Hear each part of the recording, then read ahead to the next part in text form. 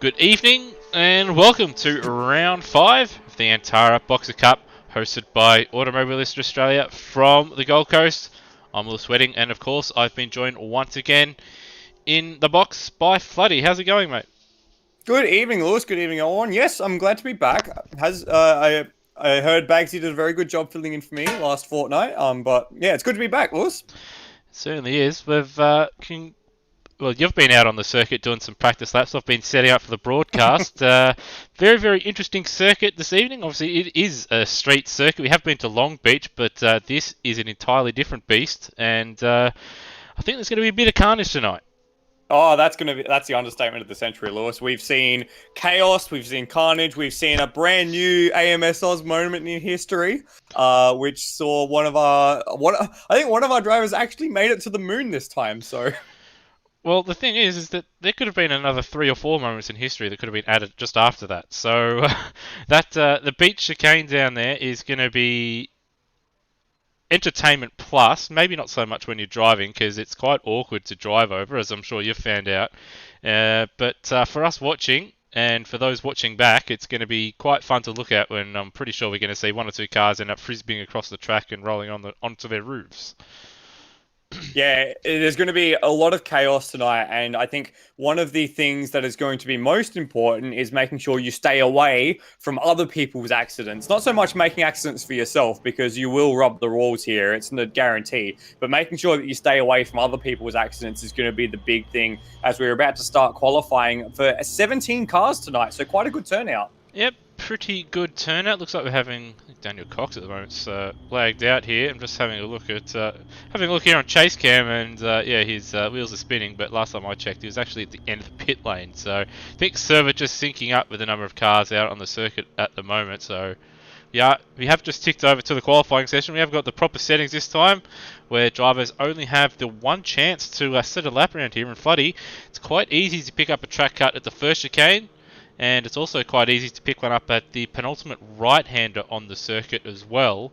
So it's going to be quite vital for these guys just to get a banker lap in, essentially, Yeah, because it's very easy to cut.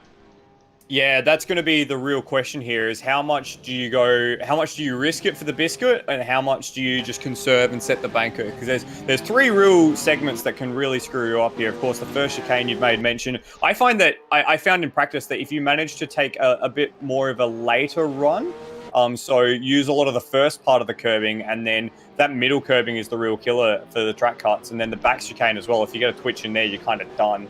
But yeah, that last right-hander, the one just after the the sector 3 marker, that brings you back towards the final corner. It gives you so much room on the inside. The wall is so far away, and you think, "Oh, great! I can take heaps of room here." And then you touch the curb a little bit, and you get a track cut. It's gonna catch someone out this session. I can guarantee it. Yeah, maybe an issue in the race. Drivers have been warned, I believe, in the drivers' briefing, or something I said to Nether to bring up in the drivers' briefing. So I'll write on board Daniel Cox and just indicate what corner we're talking about here. So this right-hander here, if you do go too far over the curb there, you will pick up a track cut. Originally on this circuit has been heavily modified, as people that recognise this circuit from the race department version would know. It has been heavily modified. There was a sort of a tyre bundle which made your car flick up at that part of the track, but that's been removed.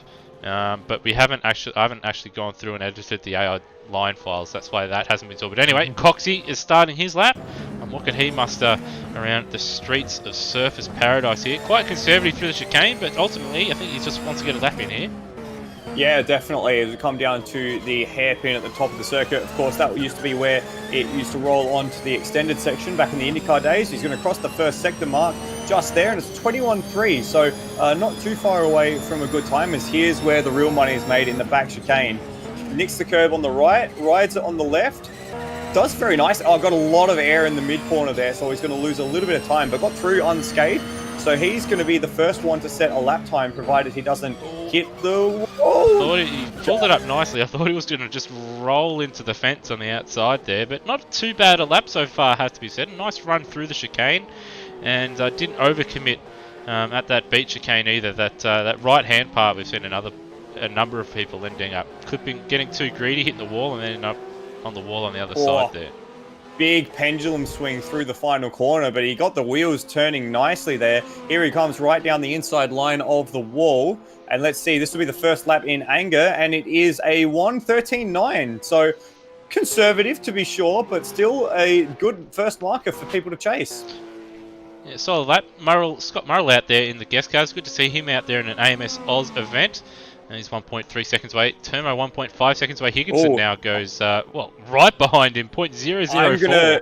I'm gonna bring us to Hans Brunswick because he's a full second up on the Daniel Cox time heading into the final sector. He's just coming around the final corner and now gets a little wiggle, uses all of the road and then some. Mishra's gone to the top with a 13.5, but that's not gonna hold if Hans gets this down the straight. Here he comes, and it's 12.5. Fantastic. Yeah, not too bad a lap in the end.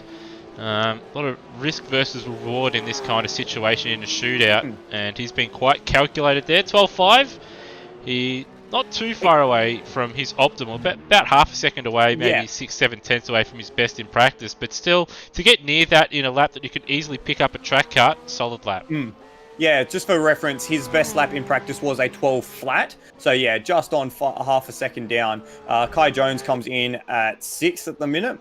So who have we got on track at the moment? Dane Liccardo? Got Nolan on a lap here, and he's just a fraction away from Hans Brunswick here. So what can he manage in the final sector?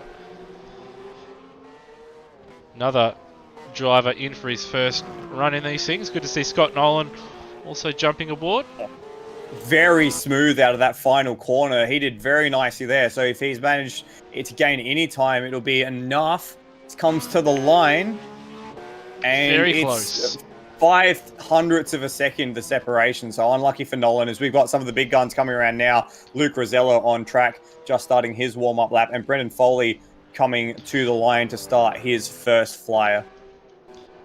Yeah, so just trying to cycle my way through here. Foley's about to start a lap. Devonish has just started his. So both the W&W cars starting their laps at about the same time. And Rosella's still on an outlap. So we'll stick with Will Devonish for now. It's aggressive over the curbs at the first chicane.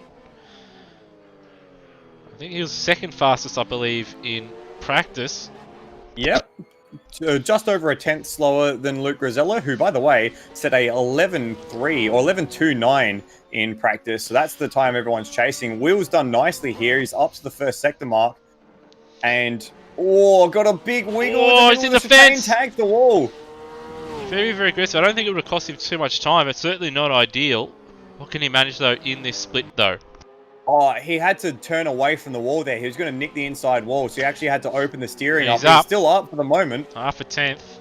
Yeah, don't pick up a track cut. Using a lot of power on the exit of the corner, so you could see him reconnect the steering just as he pulled the throttle in. And again, just takes a few bites at it with the steering wheel. This might be a good lap here. He could be on to eclipse Hans as he comes down to the line. It's going to be very, very close, I reckon. Here we go. Oh, well, what we have missed is Brendan Foley, purple in the first two sectors so far. He's going to go to the top of the timesheet. No, he's he just fallen away. So Devonish's final sector, very, very good. And he's been able to just sneak ahead of his teammate there in the end. So, yeah, Foley had 0.4 of a second in the final sector and lost half a second to his teammate. Oh, and we've got Rosella very, very wide now as we cut to his lap. He's up by 8 tenths. Look at the split. It's awesome. He's looking to match what he did in practice. He managed a 10.9, only man in the 10s. And did he? Yeah, crazy. He did manage a 10.9, early on, I think, in the practice session as well. It took until late on in the session for Devonish to get close here. So he's looking to try and match that. Devonish very strong in the final sector on his lap, but what can Rosella do? Oh, my word. And he loves it too. Look at him. He's wiggling that car down the back straight, and it was all in the final sector that he got that time. It was a 26.5 versus a 26.9 in that final sector for some of the other guys. It's just an absolutely astonishing lap time. Actually, the first sector as well. To be honest, the entire lap was just brilliant for Rosella. That's up there with some of the best shootout laps we've seen. Yeah, we didn't see all the lap. We only cut to it about halfway through. But yeah, 8 tenths up at the second split. So his first two sectors Must have been very, very good. I would like to actually go back at some point. Probably not going to get time, but to go back and see how he tackled the chicane.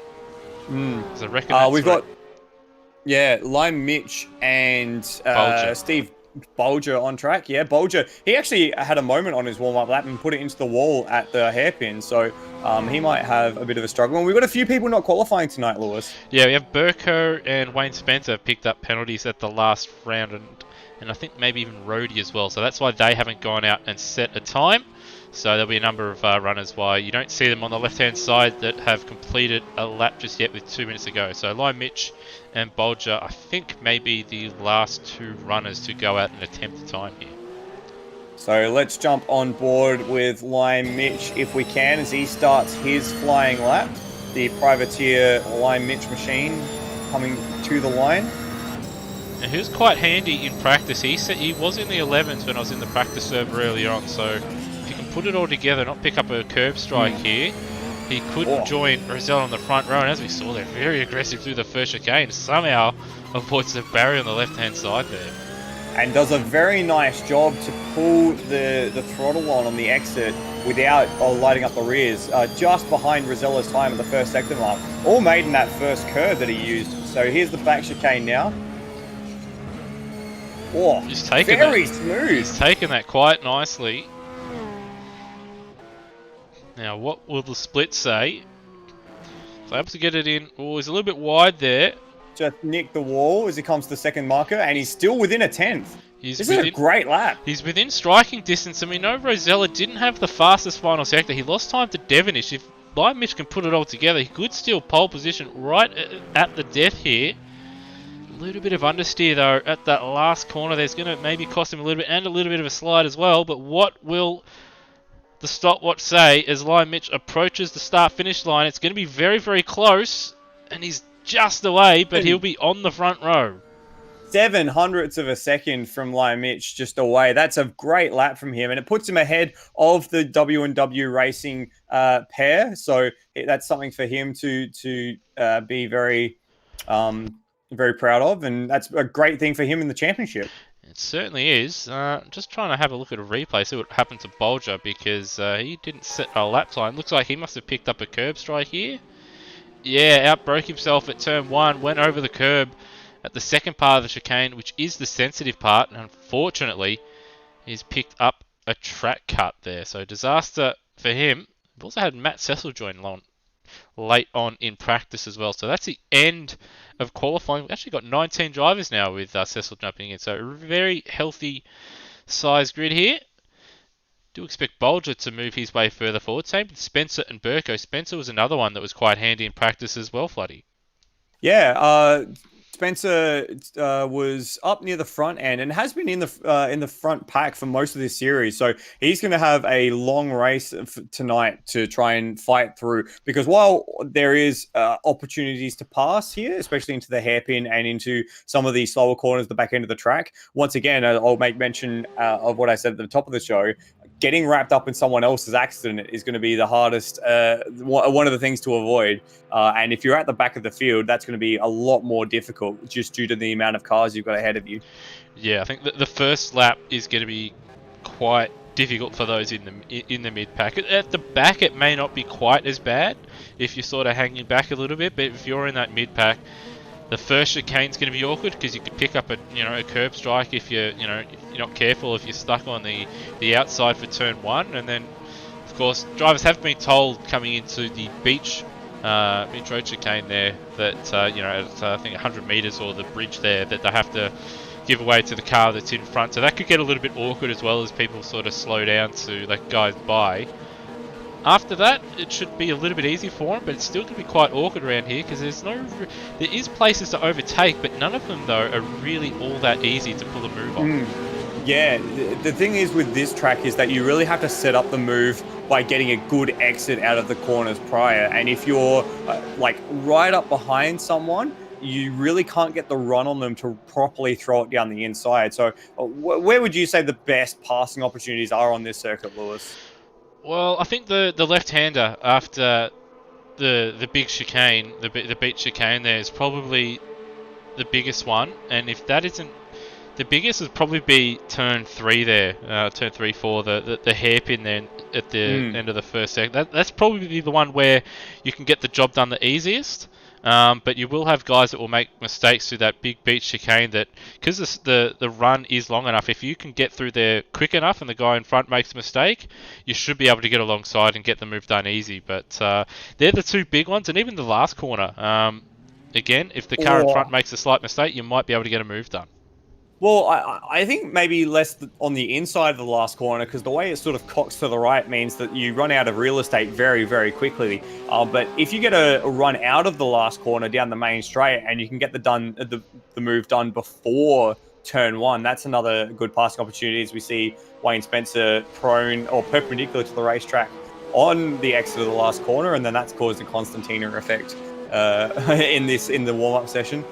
So it's a very difficult prospect to actually make moves here, because you've really got to have enough room to sort of reel someone in right at the crucial point. You're probably just going to be better off just waiting for people to make mistakes, to be honest. Yeah, I think that's going to help. But there is places where you can make slight mistakes here, so we'll just follow some drivers around out here in the warm-up. So obviously here, Line Mitch is just exited the pits, turn 3, 4, whatever you want to call it here. This hairpin's going to be one for overtaking, where drivers are going to make a mistake at that first chicane. You can just fire it up the inside, or you could try and set it up where they go defensive, and then coming down this straight here, you get the better run, and if you're ahead at the bridge or the 100-metre mark, you can take the chicane, or you have to take the chicane first. They have to lift off. And then here, they make a slight mistake through the curbs, clip the wall on the outside like Mitch did. Car behind goes through there cleanly. They can then set up a move here into this left-hander as well. But you do have to be wary, because that little tyre bundle on the exit of that can catch drivers out, and it will, I'm sure, at some point catch a driver out or two. And it's a really difficult corner there. If we just go back and have a stationary shot of it, Lewis, if you can find that for me. I want to show people, as cars come through, what they're kind of dealing with there. So if you've got the same one that I've got, you've got kind of the overhead angle. The thing is, in the middle of that corner there, the camber actually changes, because it's a sort of a major road, so it deals with a lot of traffic. So you actually have the situation where you've got a bowl on the inside as you're entering the corner out the apex, and then as soon as you get across the middle of the road, it spews you sideways. So we've seen big accidents there in the past. I can think of Chaz Mostert 1 or 2 years ago, and in fact, Avenger Ben or Daniel Cox just demonstrates that for me perfectly where I'm sitting now. You can really screw that up royally by just going in a little too deep. And yeah, you can see on the screen there, just the bow in the road really makes it difficult to effect a pass properly. Yeah, that little kink there, just in the left of centre. Drive as two cars spin as they go over that. It lifts the rear end of these cars up just a little bit, and you'll go around quite easy. And that's just on your own. And then obviously further along as these guys get into the race, those rear tyres are going to be quite worn out. Well, maybe not heavily worn, but with these tyres, we've found even if they're at 60%, 65%, the grip in those rear tyres just isn't there. So as the race goes on, it's going to be difficult for these guys in the feature race to keep a hold of it at that corner. So that will be one thing to look out for. So it actually is a decent segue to sort of bring up, obviously, the format for tonight. So there it is. There's a circuit, 2.98 kilometres, 15 corners, and it is the feature and sprint. So first race is the 21-lap feature race, and then 14-lap sprint race, which that 8th position, Floody, for in race 1 for the pole in race 2, that's going to be very hotly contested, and it's going to be vital, I reckon, because we could see another driver take a win here. Yeah, well, of all the circuits we've had so far, this was probably the one that's most concerning if you get stuck at 8th in the sprint race for the race win. So Luke Rosella, who, remind me, has he still got his 100% feature race winning streak maintained? Did he win this feature race at Queensland? I'll just have to have a look, actually. We'll have a look at that. But yeah, with the reverse format tonight, feature race then sprint race second. Look for the guys who get a decent position for that sprint race to really make it difficult for those ones coming through. Because I reckon for a shorter 14 laps, you might be able to pull a defensive masterclass here if you just keep it clean and not make mistakes. So a Wayne Spencer perhaps, or someone like that could really pull a masterstroke here by being more positioned for the second race. Well, Wayne could be in. Obviously, he's starting from the back due to his penalty, but yeah, he could be a really good shout for that. He will make his way forward, I'd assume, in the races. Now, he has won a race at each round, has Luke, and I'm pretty sure you're right. I think he's won every feature race so far, which obviously that's why he is leading the championship. Obviously, winning races helps, but winning the features which pay more is certainly a very big reason as to why you lead the Drivers' Championship. So there it is on your screen. Luke Rosella at 379, plays 361 with Will Devonish. Only 18 points away, but he's going to have to start chipping away and hope for probably a bad result from Rosella at some point to get back. And then Lyle Mitch doing a really good job on 285. He's in a close battle with Hans Brunswick for third place in the standings. Wayne Spencer, he'll be ruining starting from the back in this one, because he is within striking distance of Hans and Lyle Mitch, but he does need a couple of good results to go his way.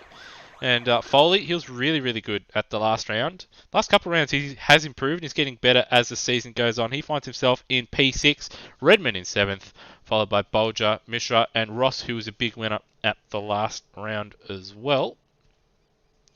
And then we have Termo, Burko, Darren Kemp, Daniel Cox, Noah Tara, Greg Tara, Dwayne Davies, Lachlan Lock, Rody, and Cracker. And then in the Privateer Cup, Lyle Mitch leading that one over Tim Redmond and Urjit Mishra, Cox, Noah Tara, Greg Tara, Lachlan Lock, Cracker, Glenn Miles, and Wayne Whitmore, who has yet to score. He has shown up for a number of races, but hasn't finished, unfortunately, as of yet. And in the team standings, Spencer Racing leading that one, W&W Racing, followed by Akuri Brunswick, Thermo Engineering, SYB Racing, FCR Motorsport, and then Wild Frog rounding out the team's standings. So very tight at the top between the two championship protagonists, Luke Rosella and Will Devonish, and they're starting line astern today with Will Devonish out of third as they start their formation lap for the feature race tonight. 21 laps we've got. So it is Luke Rosella leading us off the grid, a 11.2 in qualifying, giving him that position, followed by Lyle Mitch, who also set 11.2, or 11.3, I think. 700ths between the two of them. Then the pair of W&W Racing Machines, Will Devonish and Brendan Foley, out of third and fourth. Great for their championship challenge to the Spencer Racing team.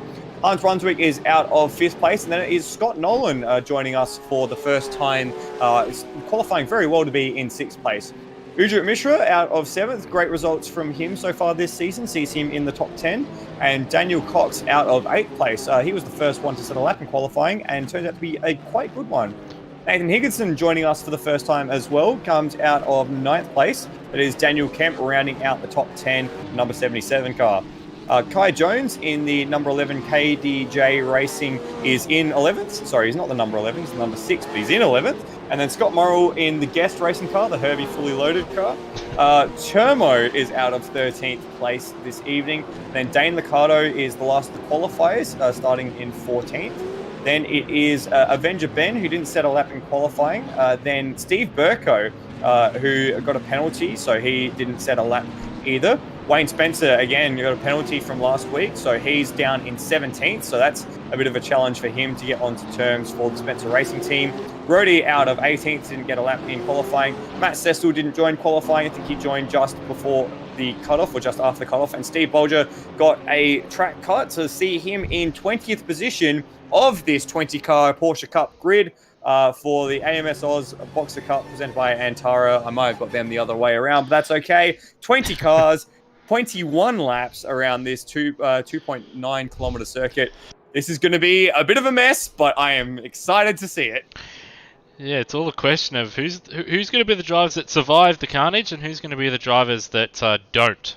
Because we do have 20 drivers that have made it for this one. A couple of drivers, as you just mentioned, jumped in very, very late, so don't have really too much practice around here. We have 20 drivers starting. I don't think we're going to have 20 that finish around here. Oh, if we get 20 around the first lap, that'll be an achievement, I think. Yeah, if it is, it's a big ups for all of them. But anyway, lights are on here. And away we go from Gold Coast, and Rosella's got a blinding start, as has Hans. He's looking to make up a couple spots. And Lyle Mitch just sort of holding the rest of the field at bay here, but here we go. The first chicane. Will they get through here cleanly is the question. And oh, there's Cox that sort of had a half spin there, but it looks like they've all actually survived, so that's not too bad. Now it's the hairpin, and again, all very, very well behaved so far. And the big winner, you made mention of it already, was Hans Brunswick, up 2 places. He's gotten through both W&W racing machines. They fire down into the beach chicane for the first time. Big air from Rosella through the chicane. Here we go. Can everybody get through here and not hit the tyre bundles? They are solid. And remarkably, they've done it. They have done it. Away with it. I don't believe it. Everybody has made it through so far on the first lap without a major incident, but I'll probably jinx it now, and there's going to be an accident here at the final corner or something like that, as Kai Jones and Daniel Cox side by side here in the battle for P10. And they got Dane Liccardo for company, and look at that, just behind them, Wayne Spencer already up. That's 4 positions from the tail of the field. Yep. Great first lap from Spencer.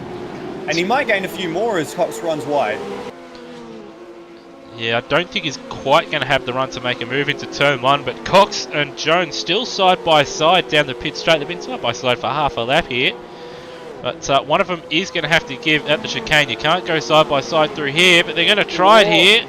And I think that, well, Kai Jones has got the position, but that probably would have given Cox a track cut. And now Liccardo up the inside of the hairpin, and even Spencer, they're 3 wide on the exit here. They've all lived to fight another day. Shades of 2016 or 2019 there rather, with James Courtney on the outside making contact with the wall. They managed to squeeze through there okay as they come into the back chicane, and Cox is still leading the way. Air over the middle part, and Liccardo's in the wall quite heavily there. He might have steering damage from that as he battles on for the moment. Right on board. Obviously the next few corners, well, straights, they're not really all that long, so we're not going to be able to tell if he's got one hand down, so I'll have to wait as Cox very, very wide in front of him there.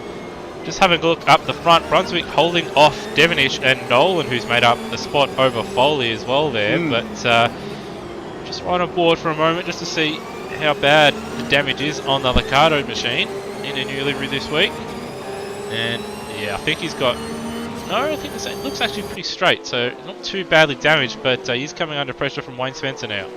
And Wayne Spencer's going to have the inside line. We'll just stick with this battle for a moment as Spencer tries to wrap around and gets the move done under brakes very nicely there. In fact, I think he almost got a little bit of a tap from Liccardo. So he did a nice job to hold that there. Oh, that's Spencer now locked up at the next corner. But yeah, he's up 5 spots from where he started. Very, very positive from him. Still quite a long way to go as well. So really good start, and he's given himself an opportunity to get P8, which is currently held by Nathan Higginson. So he's had a good start up a spot. We also had Kai Jones just cut the beach chicane there. But Higginson to Wayne Spencer, about 4 seconds, and that's catchable in 21 laps around here.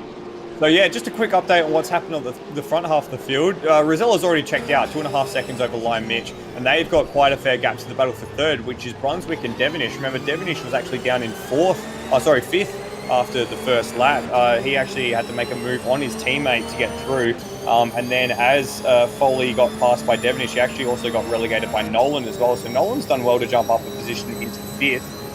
Then it is Foley and Mishra, and then Higginson is the magic 8th position at the moment. He's got Kemp, Kai Jones, and then this battle between Daniel Cox and Wayne Spencer coming down the main straight. And Spencer's up another position there, doing the same thing he did to Liccardo, wrapping around the front straight into the first chicane. Yeah, so doing well here. And yeah, right behind Kai Jones and Darren Kemp. Both of those drivers up the spot.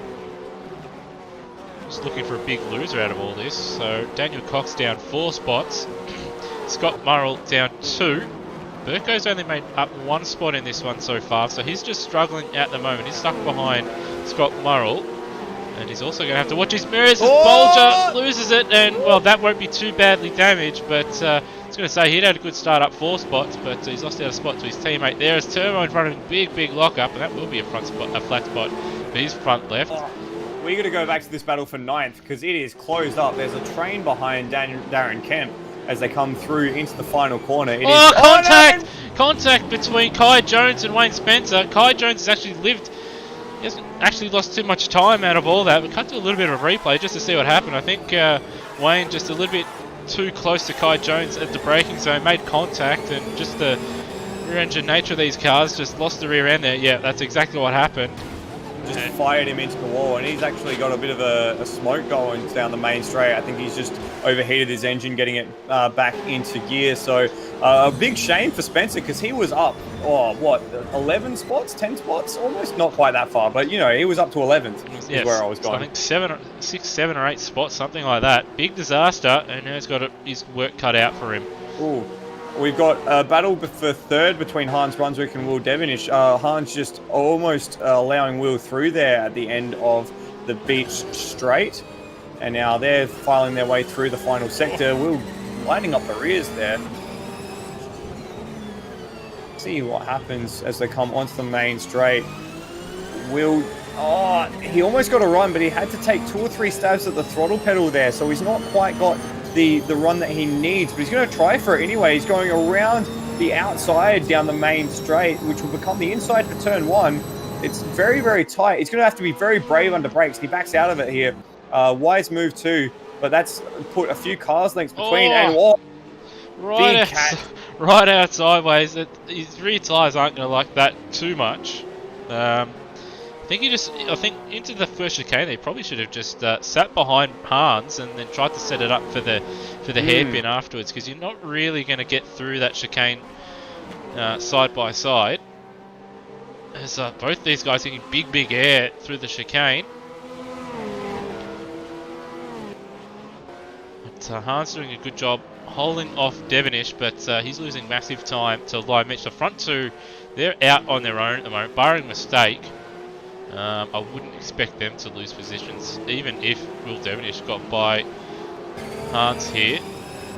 Again, and the advantage that the front two have with all that clear space around them is they can really look after their tyres and make sure that they're clean and they don't make mistakes. So we're already 6 laps in, make that 7, just completed 6 laps. So these two guys are 5 seconds between each other and then the top of the field with this battle between Hans and Devenish.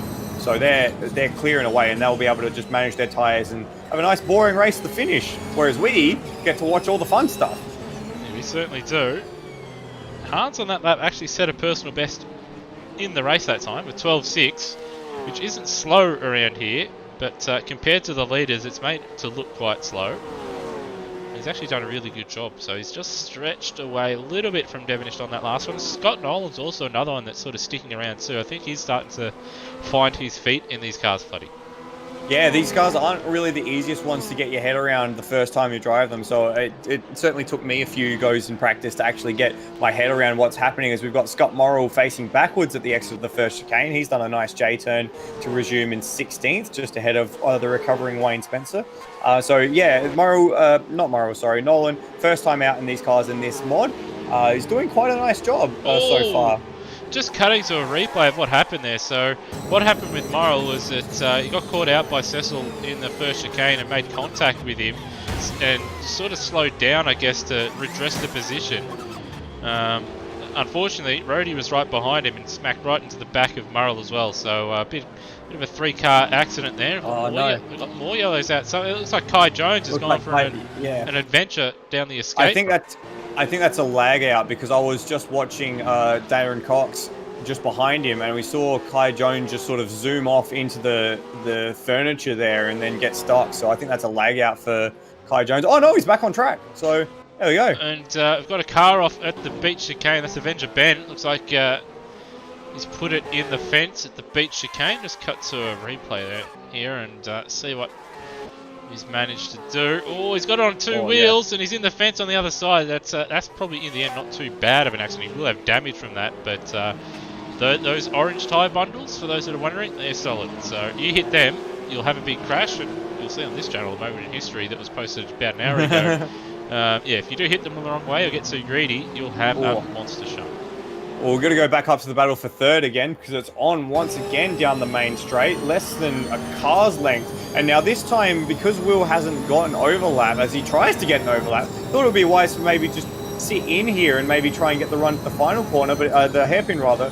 But he's really right up at the bumper, and again, he has to back out. And once again, Hans stretches 4, 5, 6 car lengths there and it completely nullifies the chance of Will getting through. So Will's going to start using his brain here. He's going to think, where am I faster than Hans? Where can I use that advantage? Because they're not in the same spot at the moment. He's faster out of that final corner, but he can't use that advantage to any effect. So if he's going to try and keep making that move, it's not going to work out. So he's got to think his way through this as they come through the beach chicane. Yeah, I think Hans is quite smart to this, and he's quite happy that he sees Will all over the place in his mirrors there, just having a look up the inside, just compromising. He's running the first chicane. A little bit of a graze for the wall for Hans there, but it shouldn't give him any damage. Just noticing a little bit on the sides of Will's car, particularly on the right-hand side. He's actually got a bit dipped on this, on the I think the door there. So he has clipped the wall somewhere pretty hard, because it's a fairly sizable dent, but. Yeah, he's certainly trying, but he's got to be a little bit smart, as you said, and set it up for another spot, because turn one is not going to get it done unless Hans has a big problem coming out of the last corner. Yeah, exactly. He can't get as much of a run as he needs, and we'll watch them go through the chicane again. And again, it's just 2 or 3 car lengths. That's all Hans needs to be protected in the final corner. I'm going to take us back, because the battle for 8th is actually heated up. I think Higginson's had a bit of a struggle with that last lap around. Yeah, it was a 1:19.8 for Higginson the lap prior, and he's actually fallen more into the clutches of Burko, who's up 7 spots from where he started to be challenging for that lucky 8 ball. And he had quite a slow start as well. In the opening couple of laps, it looked like Wayne Spencer is going to be the big mover out of those guys that had penalties and started at the back and didn't set a qualifying time. But the last few laps, looks like Burko's just kept his nose clean, got by Cox, got by his teammate, and now finds himself right behind that vital P8 as they go bouncing over the curbs. And because he's about 11 seconds away from Mishra, he's probably not going to get that position. So this position here could set up a really good race 2 for him here if he can just get the job done. He's all over the back of the Higginson mobile. He's sweating on it as they come through the start of the final sector. This could be a very nice little goose egg for Burko to chase as he gives him the hurry up down to the final corner. And Higginson with a big slide. Oh, Burko had to just get out of the throttle as well. So not quite on the rear bumper, not quite what we've seen from, say, Hans versus Devonish. But this could be advantageous for Burko, because he might be able to set it up into the the hairpin rather, this time around. It's all about the confidence through this chicane here. And Burko a little bit more confident. Higginson goes defensive. Yeah, he knew it. And he's gone deep. He's gone deep on the exit there. He's understeered wide, and he had to come across to cover, and that just made them have a little bit of contact on the exit there. But Higginson went proper deep in there, and he was lucky that Burko didn't just slide straight up the inside. Yeah, it's just an awkward exit there. Burko just in the end is probably a little bit too close. Oh, he's in the fence, and that's what happens when you clip the tyre bundle, and he's going to have to wait for Bolger to go by, and he'll have a bit of damage from that, I'd suspect. Yeah, absolutely. I reckon he may have a puncture. Just right on board. Oh. Well, we'll see how he brakes for this next corner here. And if it... Yeah, he's got a puncture for sure. So he's front left after that contact in a sorry state. So unfortunate for him. He was running really, really well in the first half, but that's all it takes around a street circuit. Slight mistake. You're in the fence. And it's amazing what a little bit of pressure will do, because he was high and dry and in the clear for the entirety of that race. And then as soon as he's gotten some pressure from behind, it's forced him into a mistake. Because that's all it was. He was just half a meter, less than that, half a foot too close to that right-hand side tyre bundle, and that's what sent him around. So extremely unlucky for Higginson, but it's fallen very nicely for Burko there. Yeah. Fallen extremely well, and he's 13 seconds behind Mishra now, just cutting back to the battle for what is now 12th place after Higginson's woes, and the Kato heading that one, whereas he and Terma are having a nice adventure over the first chicane there.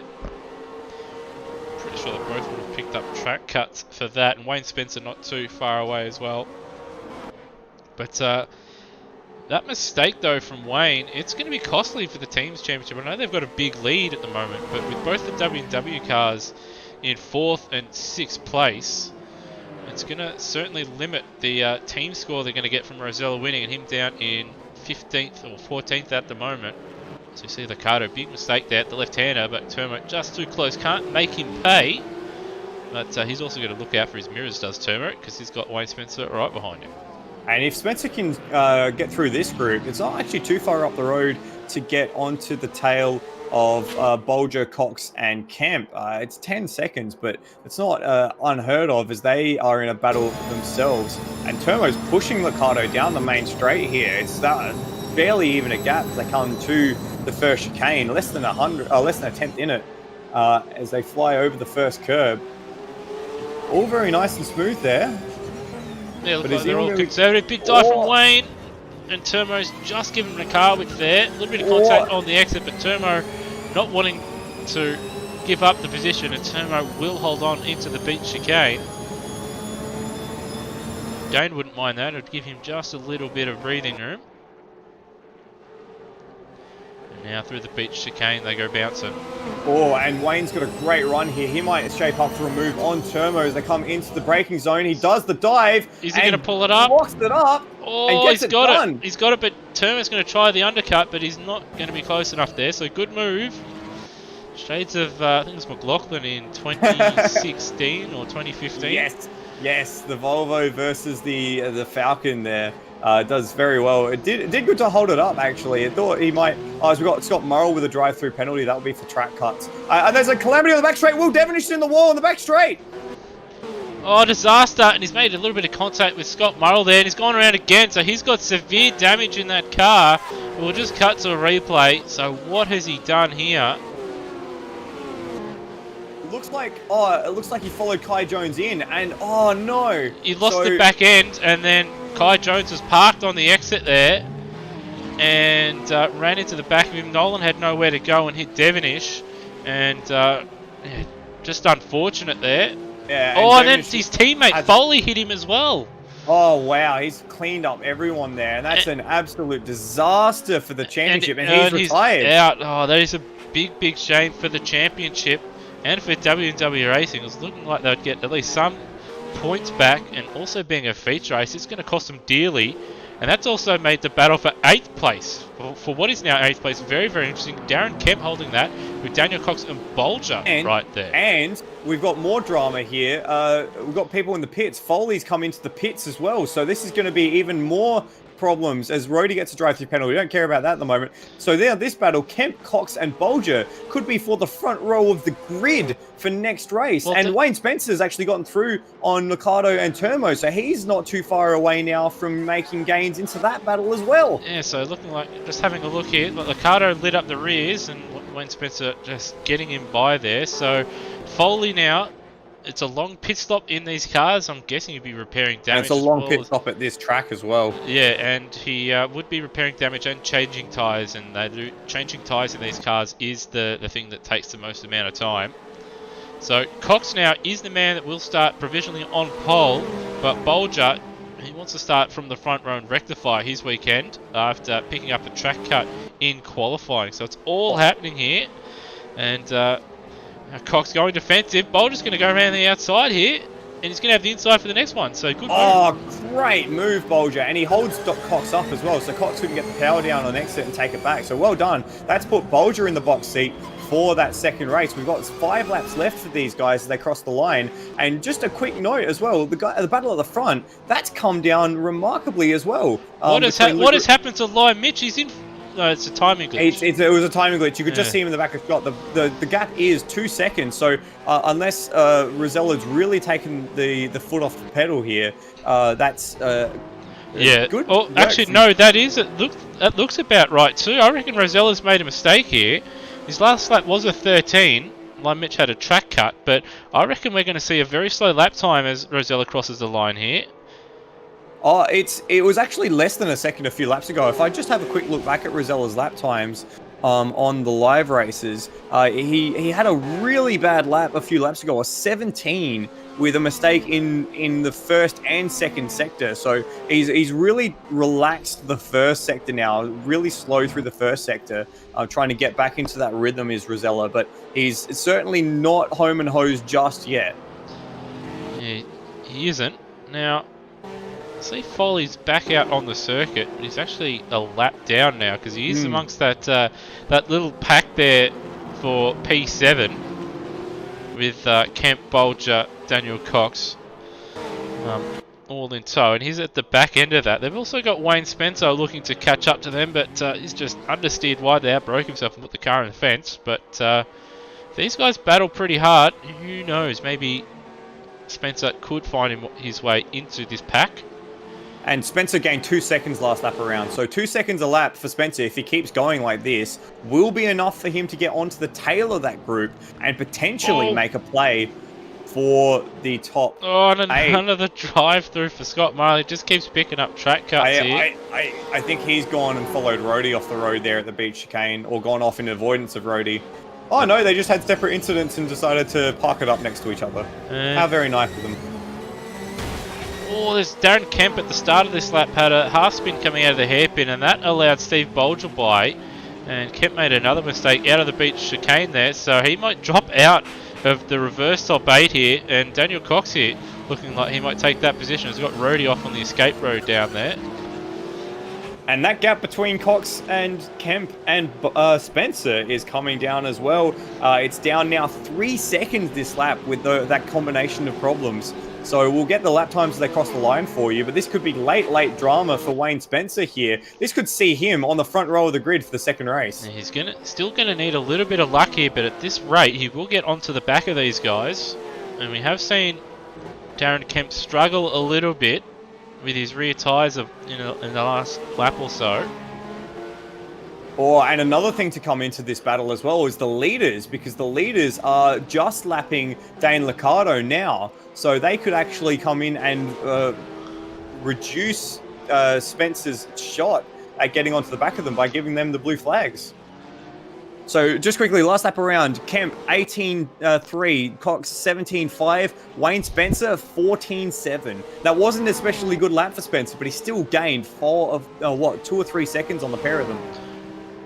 Yeah, 118s and 17s aren't going to cut it for these guys.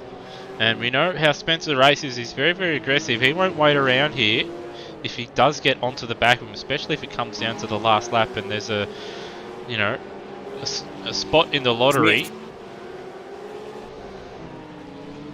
And we've got Nathan Higginson in the chat as well, just lamenting his incident, saying that he'd done the same thing for the whole race and was on the money. So unfortunate for Higginson. We'll see him out in the second race for the sprint one, which will probably be more carnage filled somehow than what we've got here so far. Yeah, we'll certainly see a little bit more desperation. We may see some front runners also caught out with those guys having to, pass some guys. Yeah, especially the likes of Devonish and Foley, who have been dealt a very poor hand through the mid part of this race. Another quick update in that battle for 8. 16.7, 17.2 for Kemp and Cox, and then Wayne Spencer 13.4. So the gap's still coming down. It's now only 3 seconds. You can just see it as they go. So you just cut to the chicane there, and you can just see it. That beach chicane, there's at least a second where Kemp and Cox lose out to Spencer, and he's pretty much there. He will be on the back of them, I'd say, at the midpoint of the next lap at this rate. So I reckon if Spencer can avoid getting lapped, he's going to run over the top of these guys. But if he does get the blue flags, and they're not too far away, if he gets the blue flags, he's going to run out of time. But with the extra lap that he might get, he's going to get him as they come around the final corner. Look, there he is. It's going to be, it's not going to be a time gap in a second. It's going to be an air gap. It's going to be not even an air gap. It's going to be car lengths. Well, maybe some team orders may have to come into play. He might have to tell Luke to just, slow down and not lap him here. They are technically in the same team, and if he does go a lap down, of course he has one less lap to complete, so he will want all 21 laps, because he's a very, very good shot here of having a go at P8 and starting on pole for the sprint race. And speaking of the lap, it is now the last lap for the leader as he comes out of the hairpin. Luke Roselli, he's been largely untroubled. There was a little bit of a blip in the middle of the race where he lost quite a bit of time, but other than that, he's been look out for Spencer. Look out for Spencer. He's much quicker through the chicane here. I don't think he's gonna have a look, but he made up again. I reckon he made up a second there through that chicane. And now Cox, he's going to have to watch himself as he's hit the wall there and he's locked up. So he's under pressure now. He knows he's under pressure. Oh, and it's nose to tail stuff as they come through the final sector into the last corner for this group of 3. This is for pole position in the sprint race, the second of the races this evening. And look at it, they're going across the road here, and just in the background you can see the race leader. He's going to come across the line to win the race. Yep. But all of our attention is on this battle here for the last place of the reverse grid, as they're going to touch down the main straight. They're going to go side by side. Our leader is going to cross the line, but we'll cut back to that battle. So side by side into the first chicane. A little bit of a nose chop there on Daniel Cox by Kemp. Now, Will Spencer having a look at the hairpin. His problem, though, is he's so much faster in the chicane. He's actually probably got to just drop back a little bit here and just try to set up the run on the exit. We've had Lion Mitch finish second, and Hans has only just finished in front of Nolan by 0.3 of a second. But through the chicane they go, and all of them taking different lines through there. And Spencer the big loser because he's a little bit more cautious, and Cox sending it up the inside. Kemp parking it in the middle of the road. Spencer's going to try and go around the outside. He's in the fence, and again he's going to try and hold it around the outside. This is what happened to Cox earlier in the race, and he lost out. There's a bit of a touch there. Oh, he's in the fence. And that's going to let Kemp get away here. He's going to slip away, and he's going to grab that all-important 8th position for the reverse grid. Yeah, he's done it. He's got out of it. It's a spin for Cox. It's a disaster. He's gone around. At least he can't go any further down the grid because of the lap traffic, so he's going to finish 10th. And Darren Kemp outlasts the field to get 8th place and the start on pole for the sprint race.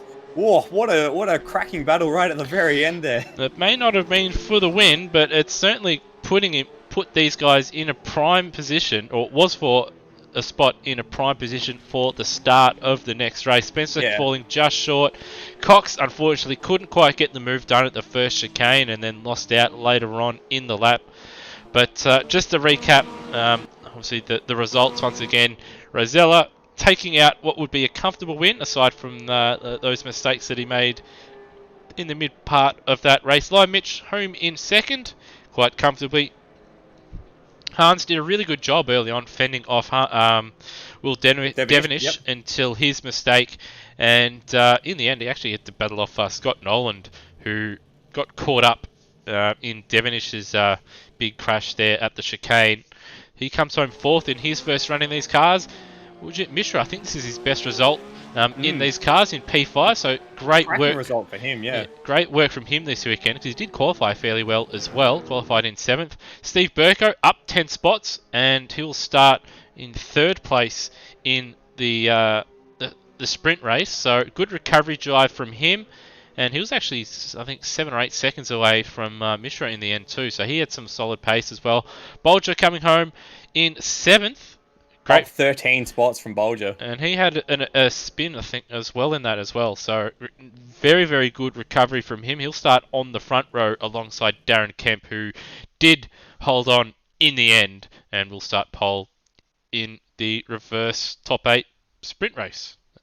Yeah, just for the rest of the grid as well. Wayne Spencer 9th. We saw that. Daniel Cox spin at the last corner. Termo into 11th. Dane Liccardo up 2 into 12th. Matt Cecil 13th. Brenton Foley, a big loser there in the trouble for Will Devenish. He dropped 10 spots after having to take a pit stop to repair some damage. Event 15th. Scott Murrell with many drive-throughs down in 16th. Rhodey 17th, the last classified finisher. And then big talking point, Will Devenish, one of the championship protagonists, crashing out of the race and finishing 18th. Classified as 18th, but a DNF. Kai Jones and Nathan Higginson also DNFs. We saw Nathan's accident as well. So a big race, a lot to talk about. And I think do we have our top 3 in here? Yes, we do. We'll start with the race winner, Luke Rosella. Luke, quite an untroubled race from you. Congratulations. I think that's now what round is this? Sixth consecutive round 5. 5th consecutive feature race win. Congratulations.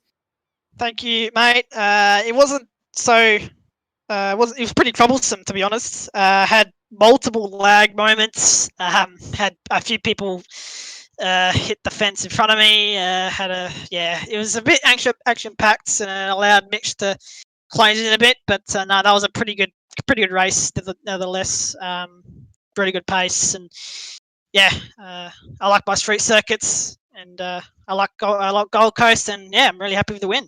Yeah, well, we thought it was an untroubled race because you got out in front and sets a few cracking lap times to really build a gap.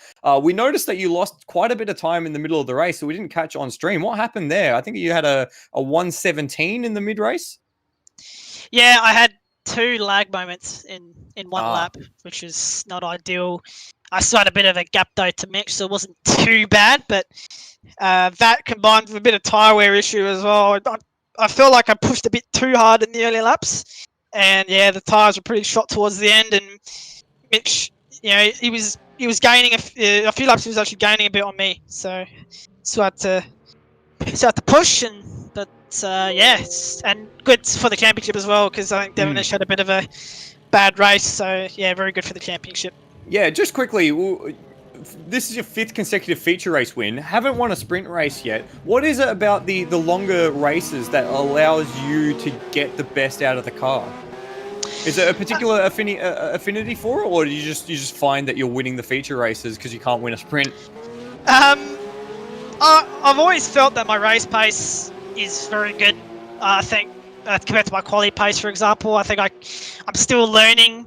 I'm not really experienced in sim racing. I've only been doing it for a couple of years, so I'm still sort of learning to nail that qualifying lap. But I think I'm really good in the race runs, very consistent, and I guess that's helped me in these longer races, like you said.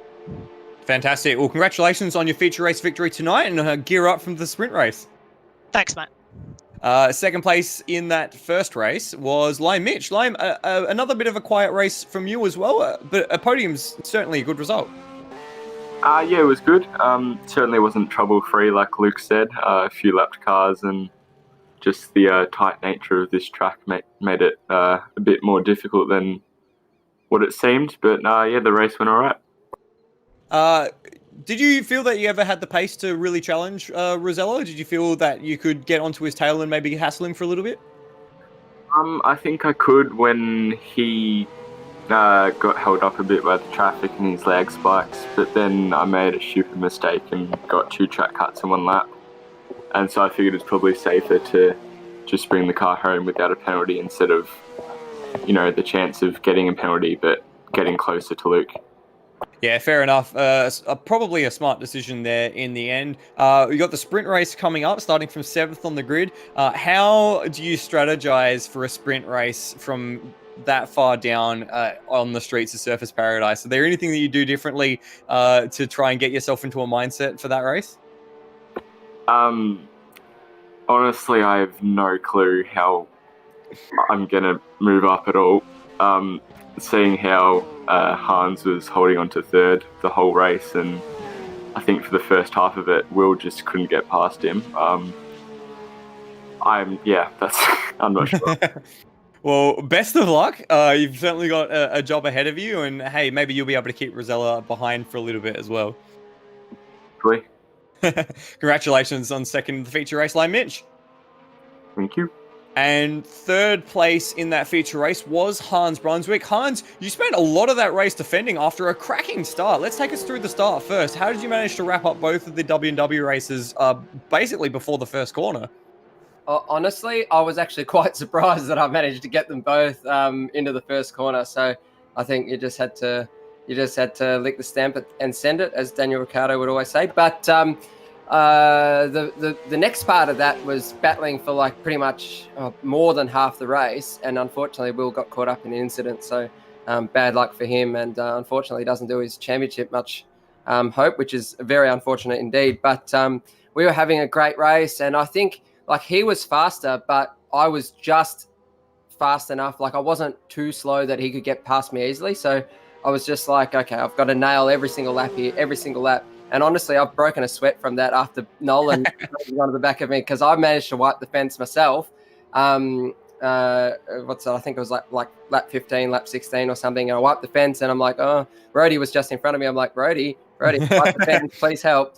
And then he pitted the next lap. So I was hoping he would hold up. No, it's fine. Yeah. But Nolan, he was really catching me at the end there. It's like he saved his tyres, and the car looked spick and span. There wasn't a nick of damage on it. It was great. So yeah, really good race, and I'm almost shocked that we have to do another race after because I'm all hot and sweaty, and now I just want to go to bed and have a nap.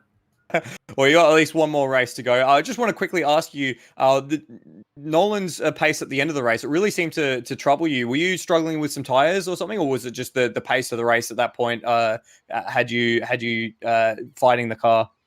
Yeah, well, like I said, I managed to slide it off the final part of the back chicane, and what happened? I went to the left side fence, and it just slid there.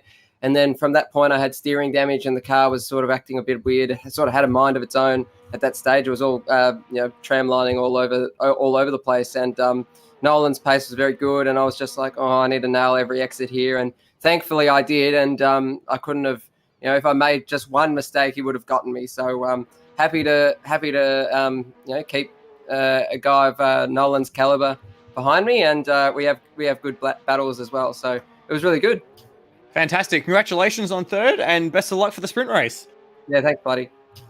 So, Lewis, after a very enticing first race, we get to do it all again. We've got 14 laps for the sprint race, which I see you're already setting up the grid just now, so we'll be getting underway soon. A lot of talking points, but really for me, the biggest one is the double failure for the W&W Racing Squad. A DNF for Will after that crash and wrapping up Foley in it as well. That is a big hit to their championship aspirations. Yeah, big disaster for the team's standings for them, because they were looking quite good, looking like they were going to peg some points back over the Spencer Racing team with both those guys at that point. I think they were in 4th and 5th or 4th and 6th. And then, yeah, a DNF for Devonish, I'd almost say it almost ends a chance of him winning the championship, barring a retirement for Rosella at some point, or possibly even 2. And it's also going to make it almost nigh on impossible for them to get to win the team standings points as well, with Foley himself being caught up in that, having to pit and repair. He did come home. Can't remember what position it was exactly. 14th. 14th. So he did pick up. You do get points down to 15. So he did pick up a couple points at least. But yeah, certainly not enough. And they actually may come. Oh, actually no, they're out on their own in the team standing, so they should be okay. But yeah, certainly almost impossible for either the driver or team to sort of claw back the points deficit that they have in the respective championships. Yeah, well, we have seen, I'd be hesitant to say it's all over, because we did see just in the GT3 Sprint Series, which wrapped up last week, that we said the same thing about Will's chances there when he had a DNF at Phillip Island, sorry. He had a DNF at Phillip Island, and then his direct championship rival had a DNF immediately the next race. So it's, I'd hesitate to say it's all over, but it's certainly a long way back for both W&W Racing and for Will Devonish.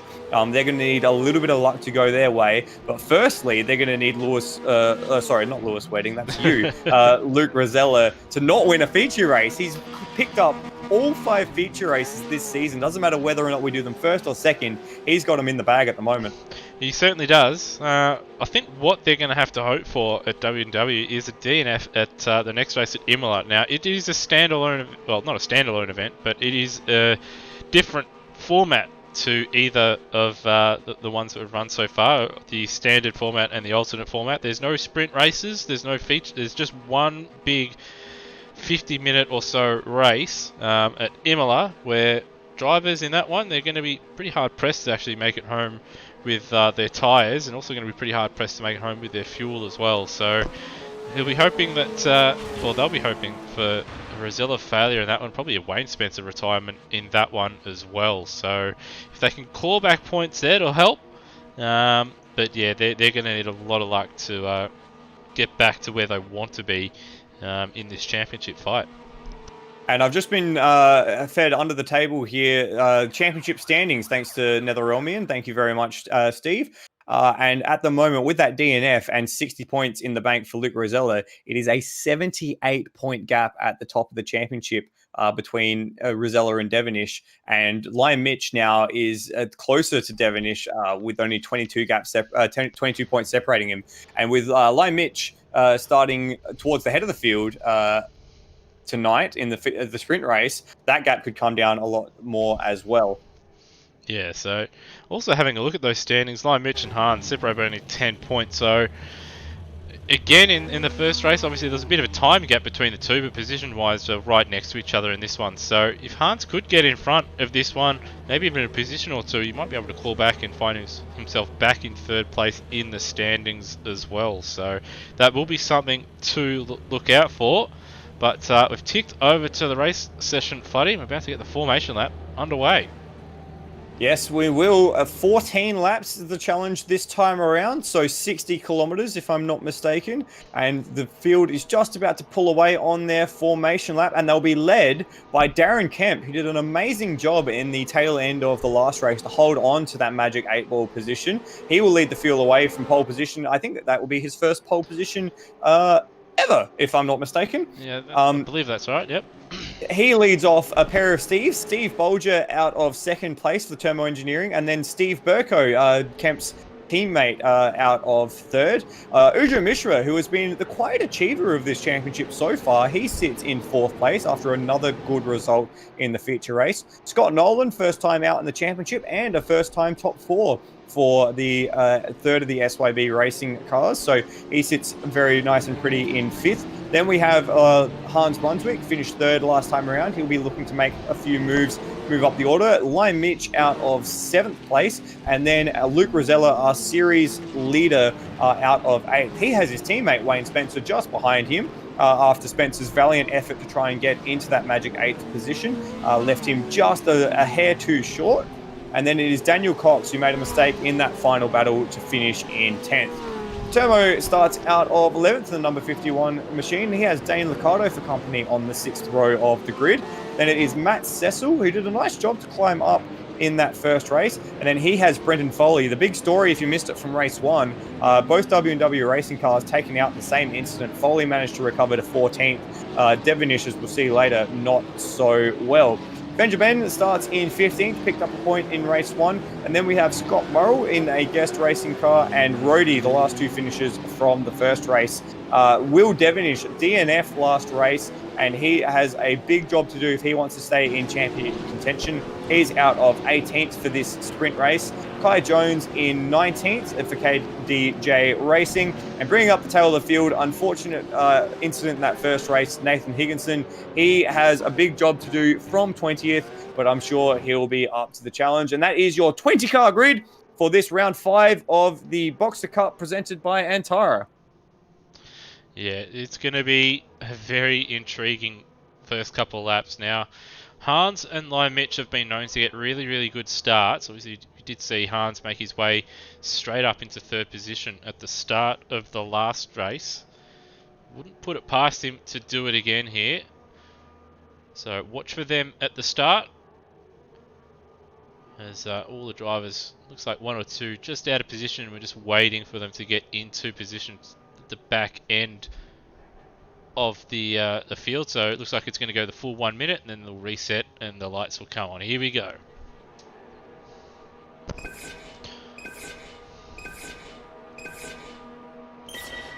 And away we go. And already solid start from Hans. He's got it by Steve already. Kemp hasn't got an ideal start, and Bolger just has a nose, and in fact he's taking the lead into turn 1. We got through here cleanly in race 1. Will it happen in race 2? Bit of side-by-side action. Foley and someone else there got a little bit of contact. I think it may have been Liccardo, and we've got an incident with Nathan Higginson. Higginson Nathan Higginson turned around, and he's taken out Rhodey as well. It looks like there. He got hit from behind. I think that's what caused that. But yeah, it was Kai Jones who sent it down the inside, but that's okay. We'll go again. We're through the chicane, and there's Liccardo in the wall wide. But it's all happening here at the start. Oh, Lime Mitch, huge dive down the inside there. He gained at least 3 positions on that move there, and he's up into 5th place now. That was a huge move. So just right on board here. Yeah, 1, 2. Yeah, by both the SYB cars there. 2 in 1 for Lime Mitch.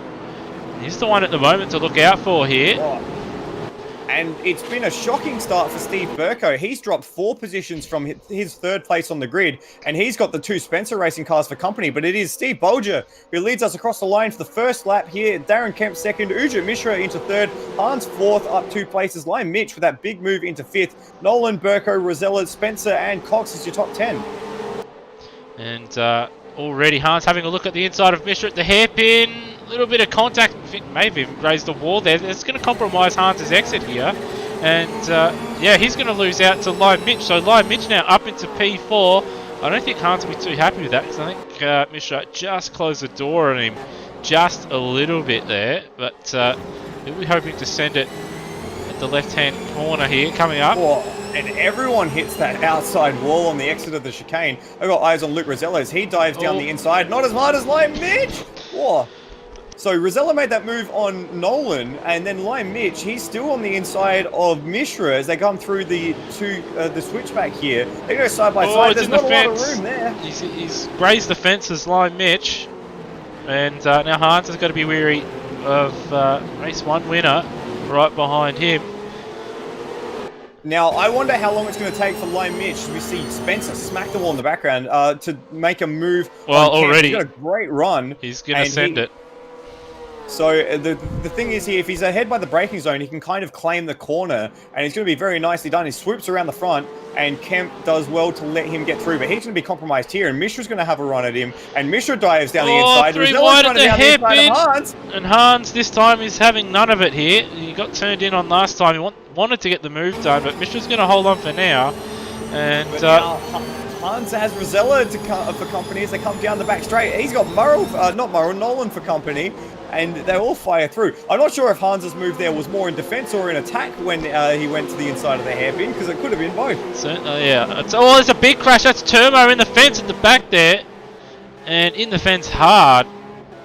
And let's just catch a little bit of look, and then we'll jump back live. But what's he done here? Oh, he's turned in too early at the right-hand part, right in the middle, and clipped the tyre bundle. And that car is not straight at all. But Live Mitch already, it's only taken him a lap to immediately get right up to the back of Steve Bolger.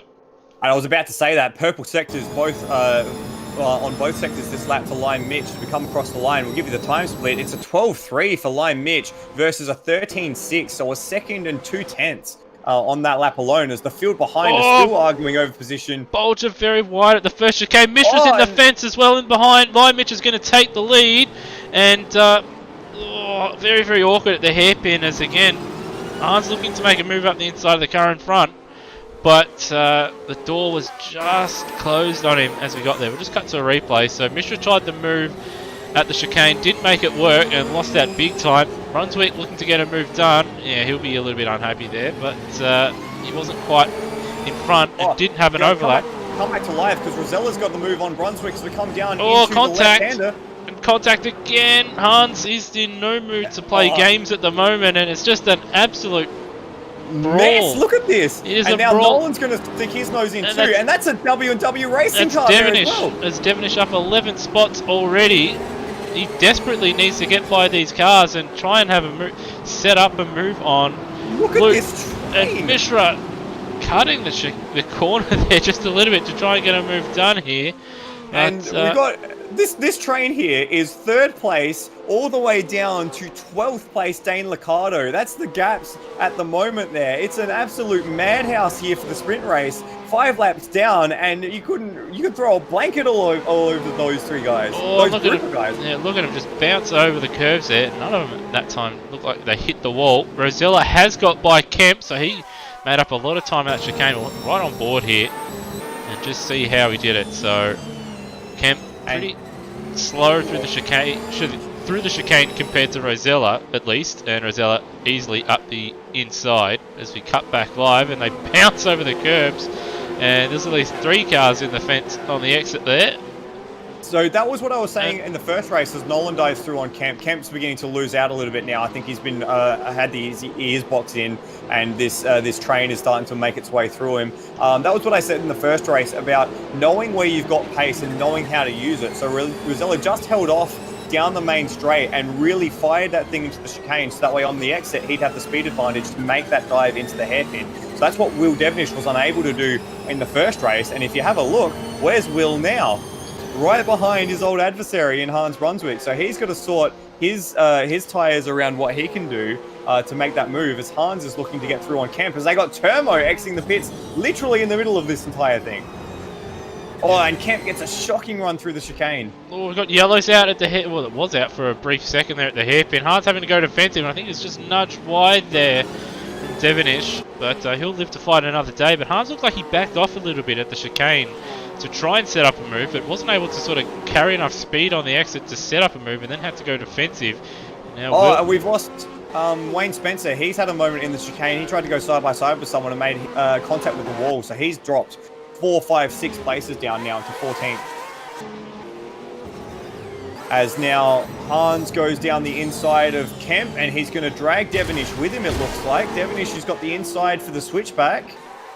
And there's a little bit of contact there. Kemp's managed to hold on for a little bit. This could be a great favour for Hans, as he's gotten in between Hans and Devenish. And Kemp, he's had the ears boxed in, but he's doing quite a nice job. It's been half the race now almost, and he's managed to hold on so far to 6th place. Have you got me, Lewis? Well, I had myself muted. But what I was trying to say was he's slow in all the right areas, and it doesn't sound quite right, but he's slow in areas where cars behind him are too close and can't set up a run. And just like there. Just like there. And because these drivers behind, they've got cars right behind them either, so they don't want to have to lift off, and in the end it's making it more difficult for the car right behind Kemp to set up a move. So Mishra, in effect, is making it difficult for Devenish to set up a move, because he doesn't want to lift off before the chicane and go faster through it, because he put himself under pressure going through the chicane like that, and at other parts of the track as well. Yeah, just an update further up the field. Rosella's made that move now into 2nd. He's got through on Steve Bolger. Oh, here we go.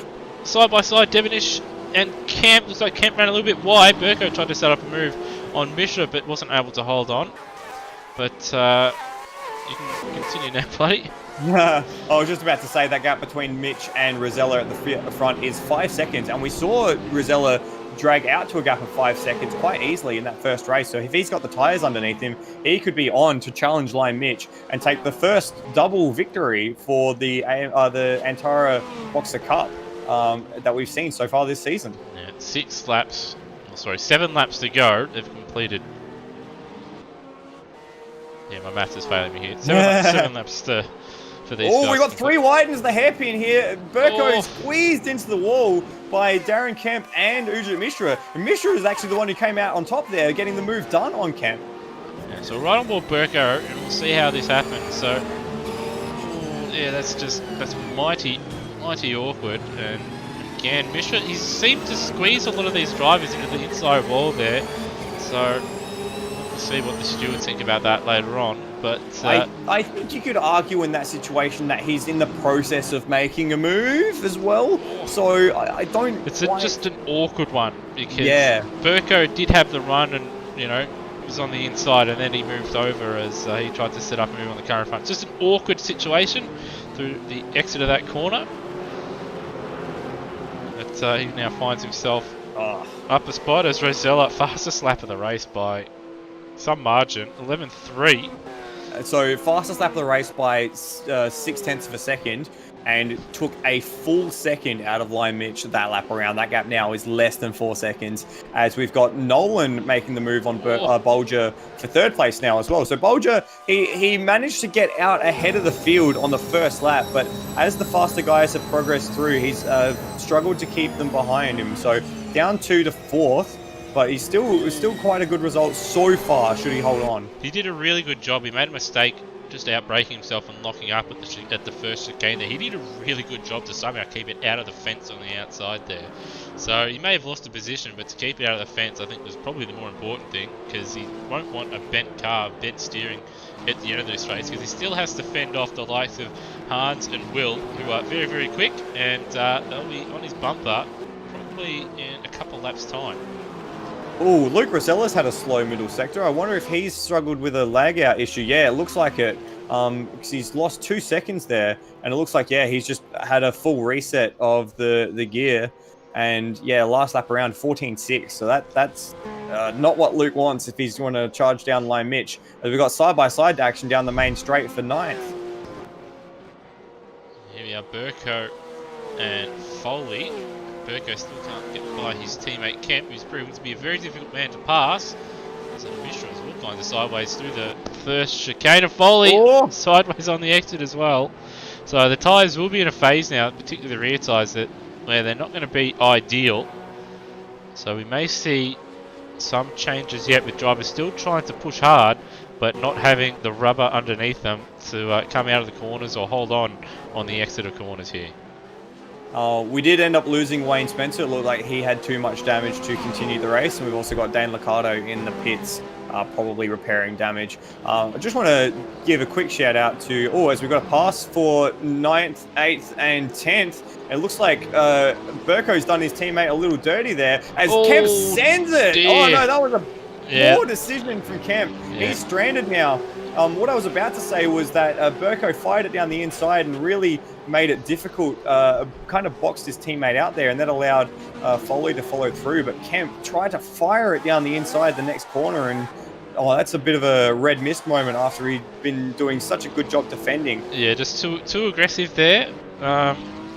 If he had have made it a little bit easier for his teammate, he would have been able to just only lose one position there, but because he was trying to fight it, he compromised his run on the exit, and that allowed Foley to get up the inside as well, as he was balked from Burko. Just sort of, he had to take the inside line and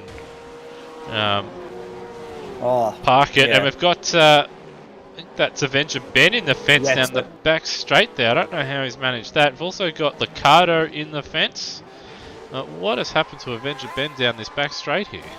And I will just quickly say as well, a massive lag moment for Luke Rosella, and he's now down to 5th as he came down the main straight. So just a real big problem there. I think Avenger Ben had damage prior. Yeah, he's got he's got severe damage. He was snaking down the straight before he made that incident. So I think he had an issue prior, so that's why he's had a struggle. But yeah, Luke Rosella now down to 6th. He's really struggling with lag issues. Again, just popped out ahead of Mishra there. He might have to give this race away, as I'm looking at Will Devonish and Hans Brunswick repeating their battle from the first race down to the first chicane. And they're right behind Steve Bolger now too, so it will become a battle for a podium spot. Scott Nolan's found himself in P2 after all this, so disaster for Rosella, and Devonish is going to bring back some points at least on his championship rival here. The positive for Rosella is that at least it's only the sprint race. You get less points for the sprint race than you do the feature race. The points actually go down a bit less as well. So as much as it sucks that he's having this issue here, is we've got a yellow flag at the end of the beach straight. At least it's the sprint race and not the feature race that he's having this issue. Oh, we've got Avenger Ben. He's trying to get his way back to the pits with a completely bent car. And that's why the yellow flags are still out. But Bolger now, he's under a lot of pressure from Hans Brunswick, who's right behind him. And Devonish right behind him. So it'll be very, very interesting final couple laps for these guys. Now, if I was Devonish here, I'd just lift off just a little bit and let these guys check each other up in the chicane and capitalize on the exit. And that's what he does. He lifts off just a little bit. And there's a big mistake for Bolger. Mistake for Bolger. If he had lifted off more, like you said, he would have the best run. But Bolger knew he had a really bad run. It was immediately defensive at the hairpin. So again, and that checked up Hans as well. So Devonish actually made a little bit of contact with Hans there as Bolger checked everyone up. So yeah, as you said, if he'd backed off a little more, he might have been able to swoop through everyone. But as it stands, these guys are battling for third. Oh, here we go. Hans is on here. He's had a good exit out of the chicane, and he's going to put it up the inside. But we have yellow flags out. Disaster for Hans as Turmo's gone around there. And now Will's going to have a look, but is still a yellow flag zone down there. But Turmo doing what he needs to do to keep his teammate in third place.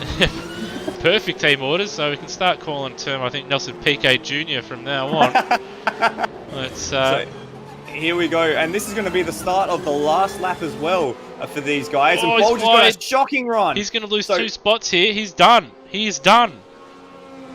So now this is the battle for third here between Will and Hans. Will's got to run, but is it going to be enough? He's getting moved over the wall. Shades of Tander and Coulthard there, and he's got to back out of there. And watch Hans just... He's gone. He's outbroke himself. He should have done what we said and just tried to set up the exit, but Hans will hold on for now. That's going to frustrate Devonish. He's sick of the back of this Akuri Brunswick Porsche Cup car, that's for sure.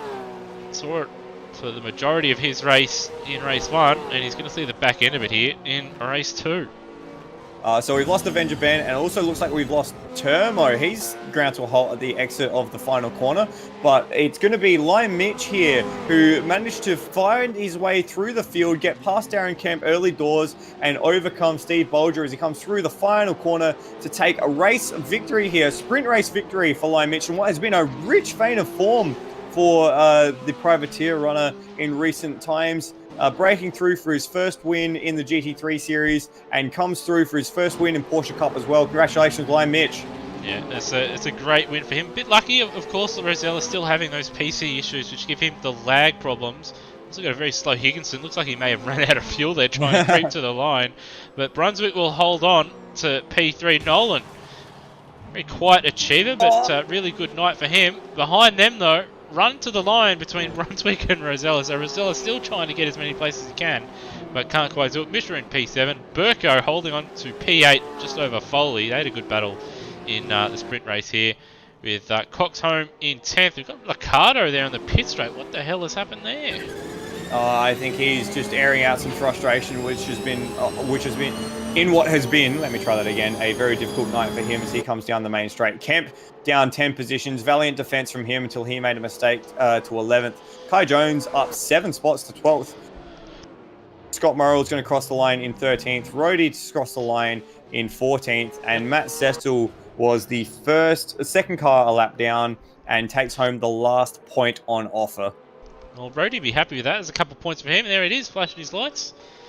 But, happy days. Yeah, happy days. Matt Cecil, obviously, he didn't jump in with any practice under his belt, so to pick up a point, a solid effort. So just want to see what did happen to Ricardo here at the end. So what's he done? So he just had no time. Oh, he's run into the back of Higginson there. That may be actually a penalty. But I think they were a lap down at that stage. But yeah, Higginson finishing in 16th. Ricardo 17th. Termo down in 18th after his adventure there. Tried to help his teammate with a late spin, but probably needed to do it a couple more times to help him out, unfortunately. Avenger Ben, one of 2 retirements himself, and Wayne Spencer, who we did see in the fence a couple of times. Big shame for him. So he did show some decent pace around here, just couldn't show it. But, well, once again, we've been treated to some entertaining racing footy. Yeah, it's been brilliant. It's not just the quality of racing, but also just the battles, the wonder, the excitement. It's been a great series so far, and I think the best part about it is that we have these almost aliens at the top of the field: the Rosellas, the Devonishes. You can almost even put Lime Mitch in that battle, that group now. But then you've got such a tight mid pack. We had a mid pack battle there from 2nd to 12th. Including everyone from Darren Kemp to Luke Rosella to Will Devonish, and then to the guys like Dane Liccardo and Steve Bolger. It was just every type of driver was just in the middle of that battle. And it was, that's the sort of stuff you love to see. And it's a great format as well to have that reverse top 8. It really does shake things up. Yeah, it gives guys in the midfield a really good shot at, it gives them something to aim for in that first race. They may not have qualified all that well or had a good run. If they can be just consistent enough and hang in there, they've got a little bit of a carrot in front of them, that P8 spot, right in the middle of the point standings that you get for a race. So 15th is the final points paying position. So you're right in the middle there, but then you get rewarded for that second race there. You hung in there, you put a good job in, and you're able to set yourself up for the second race, and then of course that sets up the second race as well. We've seen guys like Wayne Spencer a couple of times, put in really valiant efforts in, these second races where normally they wouldn't be running at the front of the field, but they're giving it a good crack for a race win, and certainly picked up some podiums on the way. And it's great for guys as well, like we saw Darren Kemp tonight, to really race against these front guys and have a bit of a hit out and show what they can do, and also just learn a bit as well. Try and get a bit more of racecraft from those guys around them. But we do have the top three in the booth with us, so we'll go to them now. First up, we have race winner, Lime Mitch. Congratulations, Lime Mitch. You got to the front very quickly. You really progressed through the field at an accelerated rate. And then from there, I don't want to say it was all cruising and all easy mode, but you seem to really have that race nailed down once you got to the front. Yeah, it was good fun at the start trying to get through the field. Luke had quite a bit of pace, definitely over me. I think he would have almost caught me, but obviously he had some lag issues which took him out of the race. So other than that, it was a pretty good race. You managed to get to the front very quickly, pulling some audacious moves. I want to talk about the move, I think it was on the first or second lap, where you went down the inside of 3 cars at the end of the back straight. Just tell us what made you do that, because I was so sure you were firing into the fence there.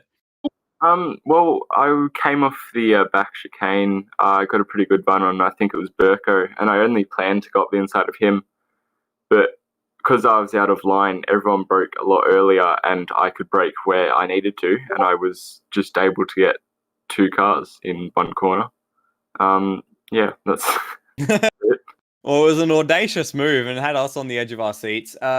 Just quickly, onto the championship. You've found yourself in a battle now for second place with Will Devonish. A great result here. Are you going to be looking to try and get into the mix for the head of the championship for the rest of the race, or is it for the rest of the championship, or is it just race wins, take each race as it comes at this point? Well, probably take each race as it comes. I guess Luke could have the same issue as Will, and then I could be up there also. So, yeah, just get wins, and hopefully I'll be up there. Fantastic. Congratulations on your sprint race victory in the second race this evening, Lime Mitch. Thank you. Second place in the second race tonight was Scott Nolan. Scott, welcome to the series, and you've put a really good showing in for your first race. Thanks, Flood. Yeah, it was all right. It was a bit of fun. Very last minute decision just to come and burn around in a Porsche.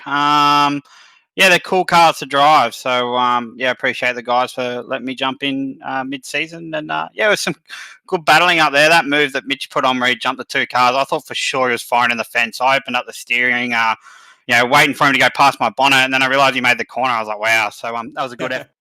It really accelerated him through the field, but it was some really good racing there with the guys at the front, and people weaving through the traffic. It was all pretty respectful, which was good to see. We see you racing things like the TCAC series and some other events. What made you decide to jump out tonight, and do you plan to continue on? I don't know. We'll just see. Maybe I'll continue. I don't mind the cars; they're a bit of fun, and I really enjoyed the Gold Coast track. Banging over those curves was a lot of fun, and sometimes some cars you definitely can't do that. You'll roll them. Where these ones, you can give them a fair old pounding, which is pretty good. So yeah, look, we'll see. I don't want to. I'm not here to ruin anyone's championship aspirations. I'm just here for a bit of fun, and yeah, if I'm around next week, I'll definitely might show up or when the next round is. Well, you've certainly put a really good marker down for your first event in these cars, and we'll hope to see you back again. Congratulations on second place. And third place again in that second race tonight was Hans Brunswick. Hans, you're making a bit of a habit of this. I think I'm just going to check the championship results, but I think you've had a third place a lot. I'm going to go with that. Let's tally it up here. You finished third on the podium 6 times so far this season. Isn't it? Yeah. But I mean, I could have done a little bit better, but I tried to make a couple of passes down at the hairpin on Orchard, and he was sticking to his guns. That was really good. But the problem was that Lime Mitch was behind us, and because we were battling, Lime Mitch just swept past the both of us, and I'm just like, damn it! I wanted to hold him off. I wanted to try and match myself up to Mitch and see if I can actually. If I can actually beat him once. But no, it was good. And the racing from, Kempy and Orchard was very good. It was really tight stuff. And Kempy, like he's got enough pace to like that you can't get past him that easily, and he'll always get a good exit, and he'll just be a real struggle to get past him. And that's why there was like a train of cars forming up. And I mean, there was a bit that I moved under brakes a little bit because I was just like, oh no, I need to avoid him. And then I realized, oh no, Luke Rosella's. We did notice that moment, yeah. Yeah, it was all a bit hectic. So I was just like, what do I do? Do I go into the back of him or do I, But it's nice to get a couple of third places, and especially not being on the podium at Queensland Raceway. It's nice to, make a return to the podium, and I guess trying to bring it home for a good result in the championship. Talk a little bit about fighting in those packs. You made mention of that pack there that Kemp was holding up. It was 3rd to 12th place. We're all in a line there. How do you go about attacking on one foot and then defending on the other when there's just so much, not just variety of cars in that match, but variety of driver talent as well? You know, you were talking about Kemp doing a great job holding people up, but then you've got people like Lime Mitch and Will Devonish behind you. How do you go about reconciling trying to get through on people by trying to keep the bigger guys behind you? I think especially down the back straight at this circuit, you could sort of let off the throttle a little bit because you do need a bit of space if anything goes wrong ahead of you. But obviously, if you can't get too, you can't be saving too much, otherwise you will be under assault from behind. So I mean, it's very hard to explain. It's almost like you're fighting a battle on two fronts, and quite literally you are. And it's just a matter of, I guess, you just do your best, and really you're hoping for the best. That's really all it is. Just try not to hit anyone, otherwise it's silly. Try not to block anyone too much, otherwise it's silly, and hope for the best. Well, you did a great job with both fronts tonight, finishing with a pair of thirds. Congratulations, Hans Brunswick. I thought the sprint race would be a bit easier, but Will caught up to the back of me, and I was sweating bullets again. But nah, thanks, buddy. It was great. Go have a shower, mate.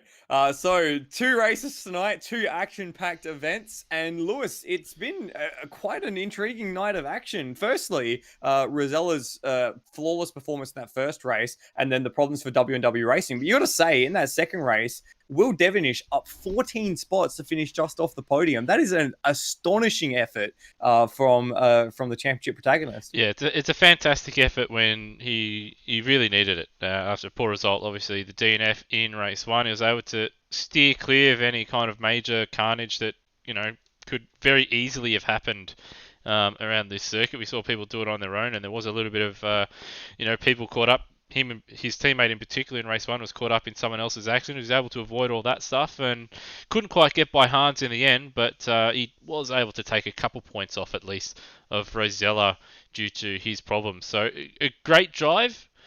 He's going to need a number of those pretty much for every race to the end of the season now, it has to be said, if he wants any chance to steal a championship away from Luke Rosella out in front.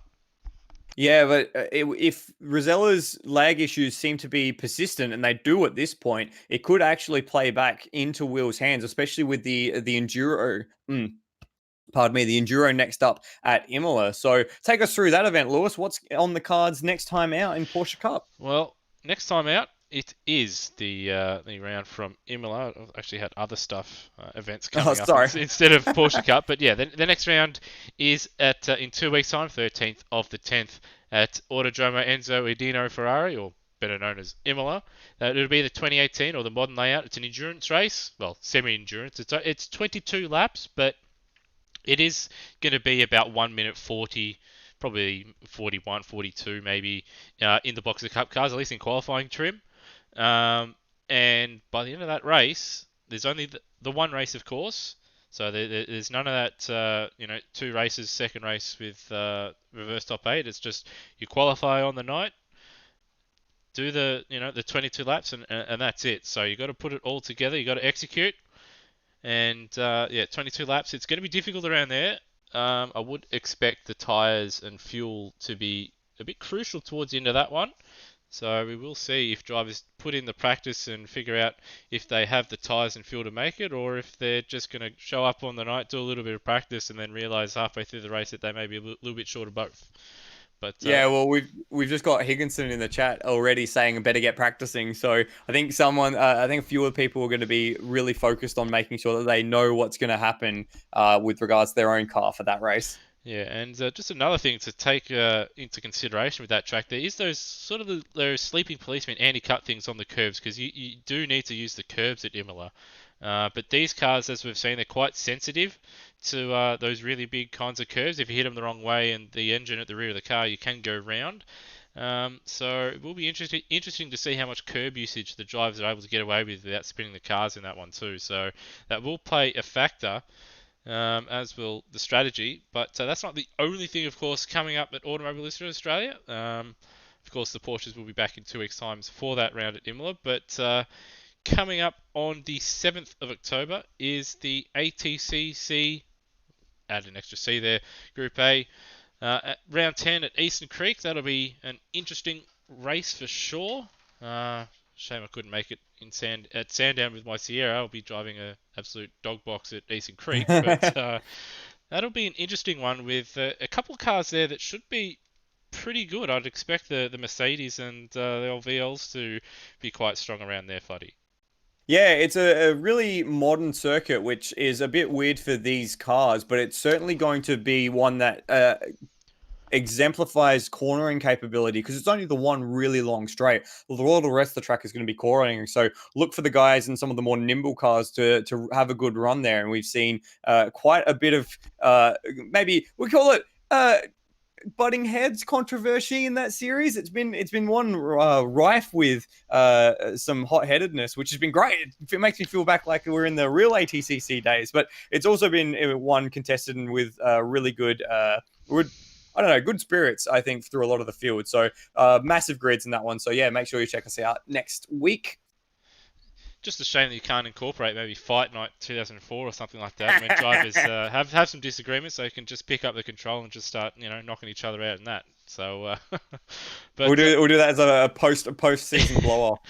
Yeah, that'll be an interesting one. Just get a post season tournament in with that. But yep, and then of course after that on the 13th of October is of course the Boxer Cup. But after that, the 21st is ATCC again. Obviously, a lot of our series have sort of wound down, so there's no more GD3 series for the remainder of the year, and there's just the Boxer Cup, ATCC, and of course the Bathurst 500, which will be a little bit later on. But yeah, on the 13th is Imola.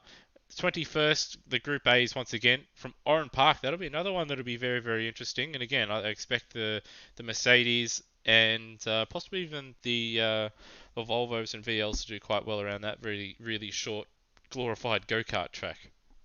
Yeah, just another quick comment on that series. Despite the differences in car physics, we have had every manufacturer take a win except for the Volvo, and they're still quite highly placed in the championship. So it's been a quite well contested series, has the ATCC. Well, they've got a gun driver in that car. We've seen Luke Rosella be very, very quick in the boxes. So he'll be hoping to nick a win and make sure that all manufacturers have won a race in that series. And with the two tracks coming up, I think he's got a very good chance. I think Eastern Creek will probably be one of the Volvo's better chances. Oran Park, it is more of a driver circuit, and he might have a good chance there as well. I do miss the Oran Park circuit. I wish we could go back and tear down all the houses and put the track back there. But alas, we only have access to it in Sims, so we'll have to just deal with that. Well, at least we can relive it in some way. So yes, we'll honour that by doing that in ATCC and perhaps even supercars, depending on how the bend all works its way out after the issues we had in GT3. Anyway, from myself, Lewis Wedding, and from Michael Zalavari, aka Floody, hope you have enjoyed tonight's broadcast of the Antara Boxer Cup.